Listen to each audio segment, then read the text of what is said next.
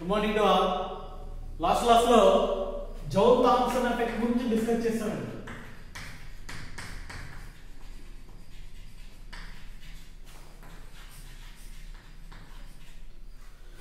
ఏమని చెప్తున్నారు ఇది అనేటువంటి దాన్ని చూసినట్లయితే అడియాబాటిక్ ఎక్స్పాన్షన్ ఏదైతే ఉందో అడియాబాటిక్ ఎక్స్పాన్షన్ లో హై ప్రెషర్ టు లో ప్రెషర్ కి ఎక్కువ గ్యాస్ అనేటువంటిది పాస్ చేసినట్లయితే హై టు లో ప్రెషర్ కి గ్యాస్ అనేటువంటిది పాస్ చేసినట్లయితే అది ఏమవుతుందండి, కూల్ అవుతుందని చెప్తున్నారు. కూల్ అవడం అంటే మీనింగ్ ఏంటమ్మా, there is a decrease in temperature. Decrease in temperature అంటే టెంపరేచర్ ఎప్పుడైతే తగ్గిందో మనకు ఆ గ్యాస్ ఎలా ఉంటుందంటే కూల్ అవుతుంటుందండి. ఇది మనకి జౌల్ థామ్సన్ ఎఫెక్ట్ గా మనకి చెప్పడం జరిగింది.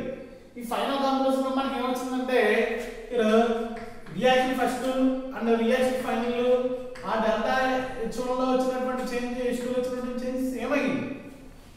ఇలా వచ్చింది అంటే దాని మీనింగ్ ఏంటి, here there is no change in that enthalpy.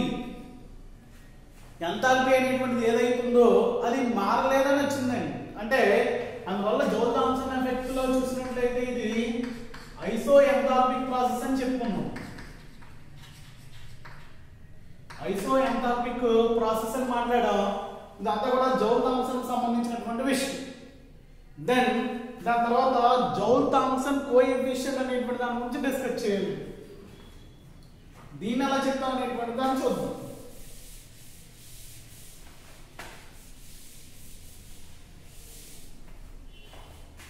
It is Joule Thomson coefficient.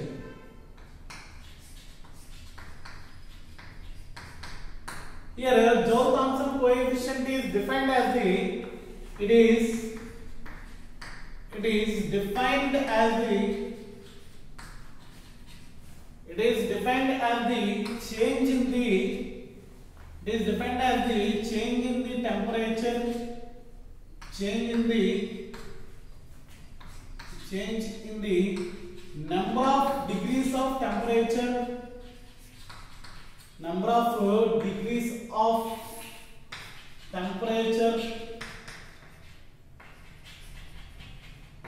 produced by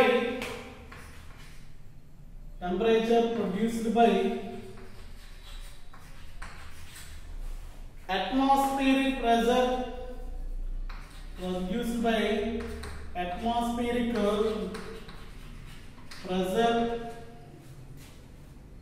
produced by atmospheric pressure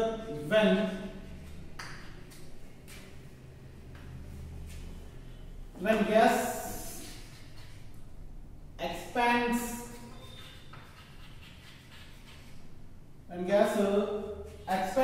under the condition of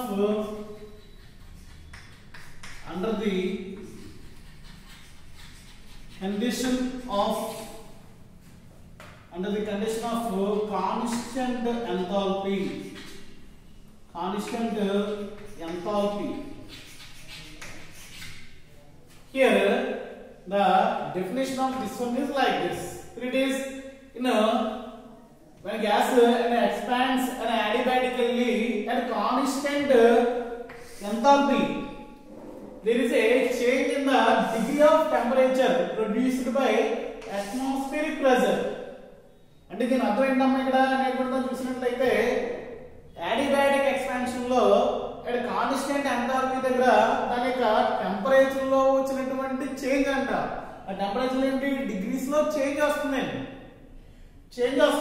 అది దేని మీద మనకు ప్రొడ్యూస్ అవుతుందంటే అట్మాస్ఫియరిక్ ప్రెషర్ యూజ్ చేసుకుని. It is generally denoted with mu. It is denoted by mu.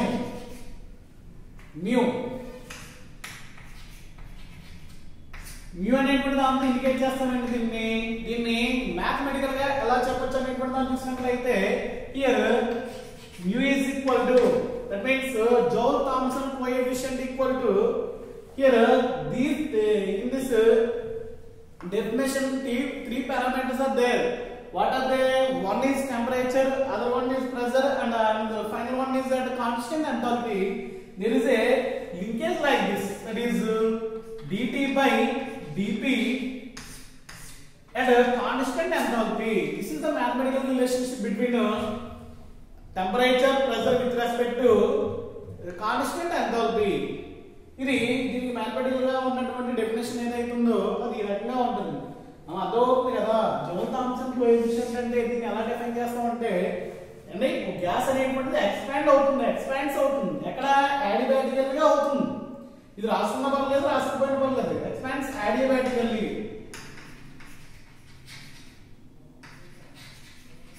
Adiabatically under the condition of constant enthalpy. Constant enthalpy దగ్గర adiabatic గా ఒక gas అనేటువంటి ఎక్స్పాండ్ అవుతే చేంజ్ వస్తుందంట. దేంట్లో చేంజ్ అండి? టెంపరేచర్. దేని వల్ల వస్తుంది అంటే ప్రొడ్యూస్డ్ బై 1 atmosphere ప్రెషర్ అనేటువంటి యూజ్ చేసినప్పుడు దాని యొక్క టెంపరేచర్ లో చేంజ్ వచ్చినట్లయితే దాన్ని ఎలా చెప్తాం అంటే జౌల్ థామ్సన్ కోఎఫిషియంట్ అని చెప్తాం. దీన్ని మ్యాథమెటికల్ గా it is represented like this. ఇప్పుడు మనకి మ్యూ అనేటువంటిది వచ్చినట్లయితే అక్కడ ఆ మ్యూ యొక్క వాల్యూని బట్టి అక్కడ జరిగేటువంటి ఇన్సిడెంట్స్ ఉంటాయండి. ఫస్ట్ సపోజ్ ఇక్కడ మ్యూ అనేటువంటిది ఏదైతే ఉందో విచ్ మే బి పాజిటివ్ వచ్చింది అనుకోండి. పాజిటివ్ ఇప్పుడు వస్తుందంటే ఆల్రెడీ ఏమన్నా జౌల్ థామ్సన్ లా ఏం చెప్తున్నాడు? There is a decrease in temperature లో డిక్రీజ్ చెప్తున్నాడండి. ఎప్పుడు హై ప్రెషర్ నుంచి లో ప్రెషర్, హై ప్రెషర్ టు లో ప్రెషర్ అంటే విచ్ ఇస్ ఆల్సో డిక్రీజ్. అంటే డెల్టా టీ లో చేంజ్ వచ్చింది నెగిటివ్, డెల్టా పి లో వచ్చేటువంటి చేంజ్ కూడా ఎలా ఉంది? నెగిటివ్ అయింది అనుకోండి. ఇది డిక్రీజ్ అవుతుంది, ఇది డిక్రీజ్ అవుతుంది. ఎప్పుడైతే నెగిటివ్ ఉన్నాయో they are compulsory positive attain. ఇలా పాజిటివ్ వచ్చింది అంటే న్యూ వాల్యూ దాని అర్థం ఏంటండి? Which is the gases are cool. Nu అనేటువంటిది పాజిటివ్ వచ్చింది అంటే దాని అర్థం ఏంటంటే ద గ్యాసెస్ ఆర్ కూల్. అలా కాకుండా న్యూ అనేటువంటిది నెగిటివ్ ఎప్పుడు వస్తుందండి అనేటువంటి దాన్ని చూసినట్లయితే రివర్సిబుల్ టెంపరేచర్ లో వస్తుంది, ఇన్వర్షన్ టెంపరేచర్ లో. అంటే ఒకటి పాజిటివ్ అయ్యి ఒకటి నెగిటివ్ అయినా, ఒకటి నెగిటివ్ అయ్యి ఒకటి పాజిటివ్ అయినా, ఏదేమైనా సరే మనకి అలాగా ఇది మొత్తం వచ్చి నెగిటివ్ వచ్చిందంటే దాని అర్థం ఏంటి? పైన నెగిటివ్ వచ్చి కింద పాజిటివ్ వచ్చినా సరే నెగిటివ్ అవుతుంది. అలాగే పైన పాజిటివ్ వచ్చి కింద నెగిటివ్ వచ్చినా సరే ఏమవుతుంది? నెగిటివ్ అవుతుంది. అంటే ఊటానికి కూడా ఎలా ఉంటాయంటే టెంపరేచర్ అండ్ ప్రెషర్ అనేటువంటి రెసిప్రోకల్ గా కనబడుతుంది అనుకోండి. అటువంటి విషయాల్లో మనకి ఏమొస్తుంది? నెగిటివ్ వస్తుంది. ఎప్పుడైతే న్యూ వాల్యూ అనేటువంటి నెగిటివ్ వచ్చిందో దీని అర్థం ఏంటమ్మా? The gases are warm up అంటే ఇన్వర్షన్ టెంపరేచర్ అని చెప్తామండి. The gases are warms up అంటే యాక్చువల్ గా ఏమవ్వాలి? ఆ టెంపరేచర్ తో తగ్గాలి. కానీ ఏమవుతుంది? టెంపరేచర్ దానికి రివర్స్ లో ఉంది కాబట్టి వేడెక్కుతుందండి. గ్యాస్ అనేటువంటి కూల్ అవడం ప్లాంట్స్ ఏమవుతుందంటే వేడెక్కుతుంది. ఇలా అయినప్పుడు ఏదైతే ఉందో దీన్ని మ్యూ నెగిటివ్ కింద మాట్లాడుతాం. అలా కాకుండా మ్యూ అనేటువంటి 0 వచ్చింది అనుకోండి. ఎప్పుడు 0 వస్తుంది అనేటువంటి చూసినట్లయితే ఈ కండిషన్ దగ్గర neither cooled nor heated. That means not warm, neither cooled nor heated. అంటే ఎప్పుడైతే మనకి మ్యూ అనేటువంటి 0 వచ్చిందో అక్కడ అది గ్యాస్ అనేటువంటిది హీట్ అవ్వచ్చు లేక కూల్ అవ్వచ్చు అనేటువంటి మీనింగ్ అండి. ఇదంతా దేనికి సంబంధించినటువంటి విషయాలు అంటే జౌల్ థామ్సన్ కోఎఫిషియంట్ సంబంధించినటువంటి విషయాలండి. ఇవి చాలా జాగ్రత్తగా చూస్తూ ఉండాలి. ఆ డెఫినేషన్ వచ్చి అర్థమవుతుంది కదా. ఎక్కడమ్మా గ్యాస్ అనేటువంటిది యాడియాబాటికల్ గా ఎక్స్పాండ్ అయింది. ఏ కండిషన్ దగ్గర? కాన్స్టెంట్ ఎంథాల్పీ దగ్గర అయినట్లయితే చేంజ్ వస్తుందంట. దేంట్లోని? Change in number of degrees of temperature. దేని పరంగా? కాన్స్టెంట్ అట్ అట్మాస్ఫియరిక్ ప్రెషర్ పరంగా వస్తుంది. ఆ మ్యాథమెటికల్ రిలేషన్ వచ్చి మూడింటికి ఈ రకంగా ఉంది. ఇది ఏదైతే ఉందో ఎక్కడ మాట్లాడడం అంటే కాన్స్టెంట్ ఎంథాల్పీ దగ్గర మాట్లాడడం కాబట్టి మనకి ఈ రకంగా రావడం జరిగింది. దీన్నే మనం ఏమంటాం అంటే జౌల్ థామ్సన్ కోఎఫిషియంట్ చెప్తాం. నెక్స్ట్ ఇన్వర్షన్ ఆఫ్ టెంపరేచర్ గురించి మాట్లాడదాం.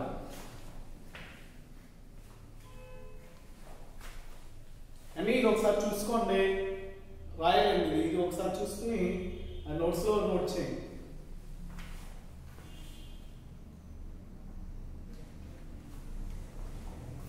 నెక్స్ట్ ఇన్వర్షన్ ఆఫ్ టెంపరేచర్ గురించి మాట్లాడాలి.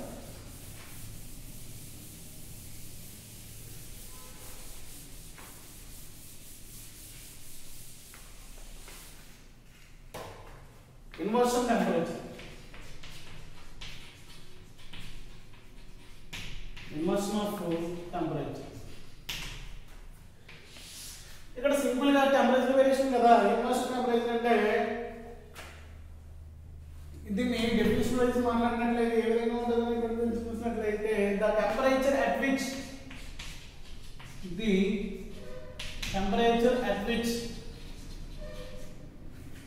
temperature at which the sign of mu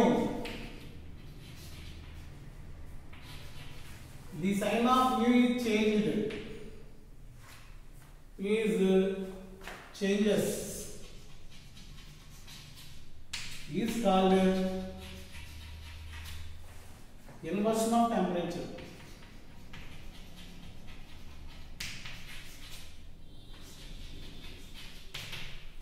ఇక్కడ ఇన్వర్షన్ ఆఫ్ టెంపరేచర్ అంటే అలా చెప్తామమ్మా, రివర్స్ అవుతుంది కదా. అంటే ఏంటి, the temperature at which the sign of nu అనేటువంటి దాని యొక్క సైన్ అనేటువంటిది ఎప్పుడైతే మనకు మారుతుందో ఆ యొక్క టెంపరేచర్ ని మనం ఏమంటాం అంటే ఇన్వర్షన్ టెంపరేచర్ అని చెప్తారు. ఇది దీనికి definition. Next very very important topic ఏంటి, that is Kirchhoff equation.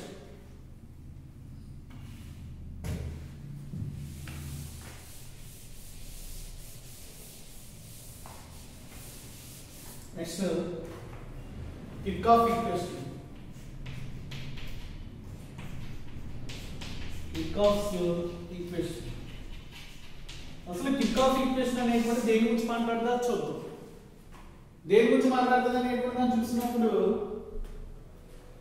The amount of heat evolved or observed in a process varies with temperature. అంటే హీట్ అనేటువంటిది ఏదైతే ఉందో ఆ హీట్ అనేటువంటిది అబ్జర్వ్ అవుతుందా ఆర్ ఇవాల్వ్ అవుతుందా అనేటువంటిది దేంతో మారుతుందంటే వ్యారీస్ విత్ టెంపరేచర్. ఇదాక అబ్జర్వ్ అవ్వాలా ఇవాల్వ్ అవ్వాలా అనేటువంటిది దేని మీద డిపెండ్ అవుతుందంటే టెంపరేచర్ మీద డిపెండ్ అవుతుంది. ఈ టెంపరేచర్ కి దీనికి ఎగ్జాక్ట్ రిలేషన్షిప్ మనకి ఎవరు చెప్పారంటే కిర్చాఫ్ అనేటువంటి సైంటిస్ట్ చెప్పాడు. ద రిలేషన్షిప్ బిట్వీన్ దేనికి heat observed are evolve, that means variation of heat. The relationship between variation of heat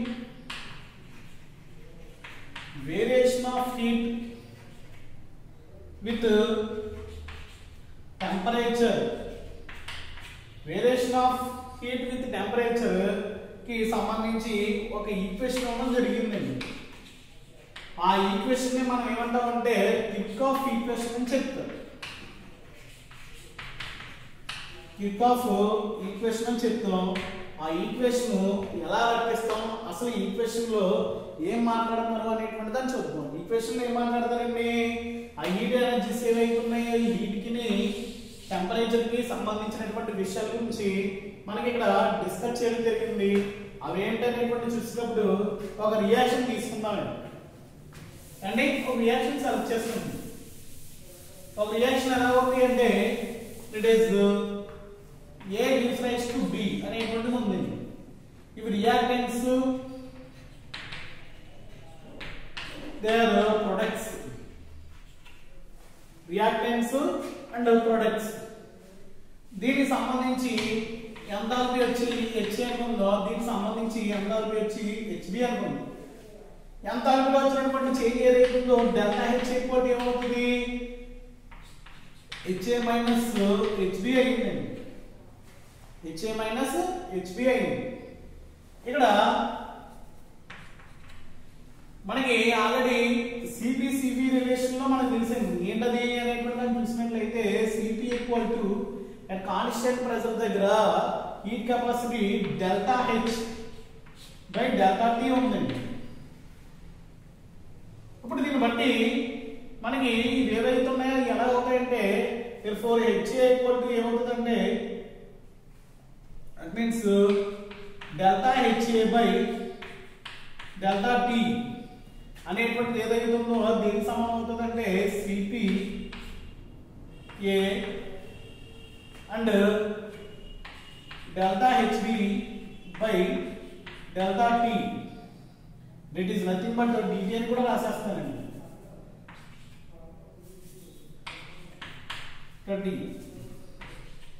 ఏదైతే ఉందో ఇదేమవుతుందంటే సిపి అంటే బిఐవి.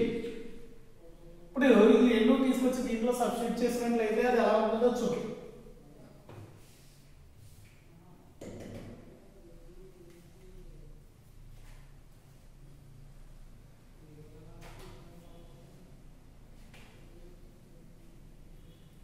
అంటే దానికంటే ముందు దీన్ని ఏం చేద్దామంటే డిఫరెన్షియేట్ చేద్దాం. విత్ రెస్పెక్ట్ టు టీ చేసామనుకో ఏమవుతుంది D by DT of delta H equal to ఏమైందమ్మా D by DT of HA minus it is nothing but B ఉంటుందండి ఫస్ట్, తర్వాత ఏ ఉంటుంది కాబట్టి HB minus D by DT of HA ఉంది.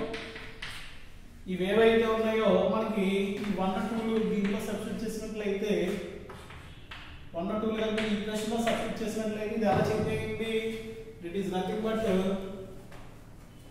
ఇలా వచ్చింది. ఎలాగా అనేటువంటి చూసినట్లయితే డి బై డిటి ఆఫ్ ఏముందమ్మా డెల్టా హెచ్ ఈక్వల్ టు ఇదేంటండి సిపిబి మైనస్ ఇదేంటి సిపి ఏ వచ్చింది, సిపి మైనస్ ఏ వచ్చింది. దాని నుంచి ఇది ఏదైతే ఉంది ఇది ఏమవుతుంది అంటే D by DT of delta H equal to ఏమొచ్చిందంటే వేరియేషనే కదా, దట్ మీన్స్ డెల్టా సిపి వచ్చింది. ఏమొచ్చిందండి డెల్టా సిపి వచ్చింది. ఆ డెల్టా సిపిని డిటి ఏదైతే పక్క పంపిస్తే D into delta H equal to delta CP into DT అయింది. Integrating with both sides integrate చేసామనుకో ఇంటిగ్రేషన్ చేసినట్లయితే integral D by DH equal to ఈ డెల్టా సిపి అనేటువంటి ఫంక్షన్ కాబట్టి డిటి వచ్చింది. ఇది డెల్టా హెచ్ వచ్చింది, ఇదేమొచ్చింది డెల్టా సిపి ఇంటూ టీ వచ్చింది. ఇలాంటి డిఫరెంట్ ఎంథాల్పీస్ అండ్ టెంపరేచర్ దగ్గర చూసినట్లయితే ఇది ఏమొస్తున్నాం రిలేషన్ అనేటువంటి చూసినట్లయితే which is delta H two minus delta H one ఇదంతా delta CP into T two minus T one అనుకుంది. దాని నుంచి డెల్టా సిపి ఈక్వల్ టు ఎంత వచ్చిందంటే delta H two minus delta H one by T two minus T one వచ్చింది.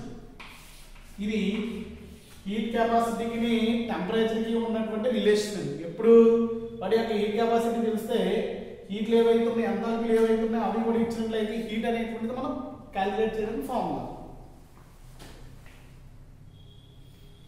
ఏమండి ఈ రకమైనటువంటి ఫార్ములాతో మనకి డిఫరెంట్ టెంపరేచర్ దగ్గర డిఫరెంట్ ఎంథాల్పీలు ఉన్నట్లయితే దాంట్లో ఉన్నటువంటి హీట్ చేంజ్ చెప్పచ్చు.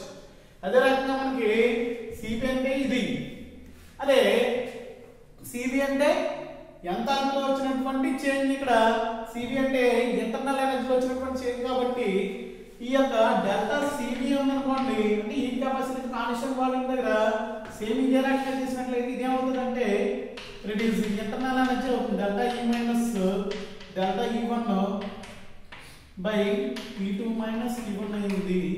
ఇది ఎక్కడ హీట్ కెపాసిటీ కాన్స్టెంట్ వాల్యూమ్ దగ్గర, ఇది ఎక్కడ heat capacity that means change in heat capacity constant pressure దగ్గర. ఇది ఏవైతే ఉన్నాయి ఈక్వేషన్ ఏమంటామంటే మనం కిర్చాఫ్ ఈక్వేషన్ అని చెప్తారు. కానీ దీని సాయంత్రం మనం ఏం చేయొచ్చు అంటే డిఫరెంట్ టెంపరేచర్లు ఇచ్చినట్లయితే అంటే టెంపరేచర్ తెలుసున్నట్లయితే ఈ యొక్క ఎంథాల్పీలు తెలుసున్నట్లయితే మనం హీట్ ఎంత అవుతుందో చెప్పాలి. హీట్కి టెంపరేచర్కి ఉన్నటువంటి రిలేషన్లు ఇవి. కానీ ఇక్కడది కంటెంట్ అయింది. Next second law of thermodynamics మిగిలింది, అది నెక్స్ట్ క్లాస్ లో చూద్దాం. ఒకసారి క్లారిటీగా చూడండి. ఇది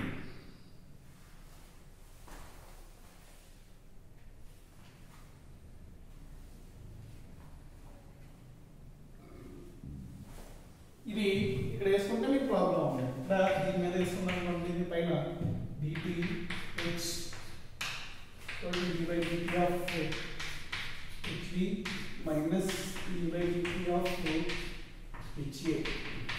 అప్పుడు ఈ సబ్స్టిట్యూట్ చేసుకుంటే